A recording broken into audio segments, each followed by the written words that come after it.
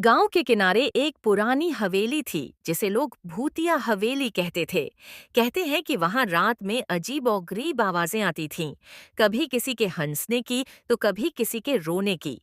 कोई भी उस हवेली के पास जाने की हिम्मत नहीं करता था। एक दिन गांव के तीन दोस्त रवि, समीर और वो अंदेतइस्तो और मोहित ने ठान लिया कि वे इस हवेली के रहस्य को जानकर रहेंगे।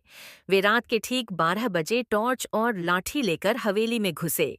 अंदर घुसते ही दरवाजा अपने आप पीछे से बंद हो गया। तीनों सहम गए लेकिन हिम्मत जुटाकर आगे आगे से आमा बढ़े। हवेली के अंदर दीवारों पर जाले लगे थे। फर्श पर धूल की मोटी परत थी और हर जगह अजीब सी गंध फैली हुई थी। अचानक एक कमरे से किसी के फुसफुसाने की आवाज आई। तीनों ने हिम्मत करके कमरे का दरवाजा खोला। वहां एक पुराना झूला अपने आप हिल रहा था। तभी हवा में एक सफेद साया उभरा और तेज आवाज में बोला, तुम यहाँ क्या कर रहे हो? तीनों डर से कांपने लगे, लेकिन रवि ने हिम्मत करके पूछा, तुम कौन हो? भूत ने जवाब दिया, मैं इस हवेली का मालिक था, लेकिन मेरे नौकरों ने मुझे मारकर यहीं दफना दिया। अब मेरी आत्मा यहीं भटक रही है। मुझे मुक्ति चाहिए। तीनों को समझ आ गया कि यह आत्मा कोई नुकसान नहीं पहुंचाएगी, बस उसे न्याय चाहिए।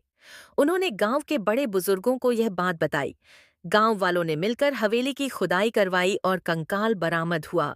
पुलिस ने जांच कर अपराधियों को पकड़ लिया। उस रात हवेली में फिर से वही सफेद साया उभरा, लेकिन इस बार वह मुस्कुरा रहा था।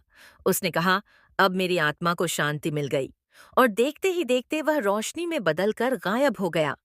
इसके बाद हवेली में कभी कोई अजीब घटना नहीं हुई और गांव के लोग निडर होकर वहां आने जाने लगे।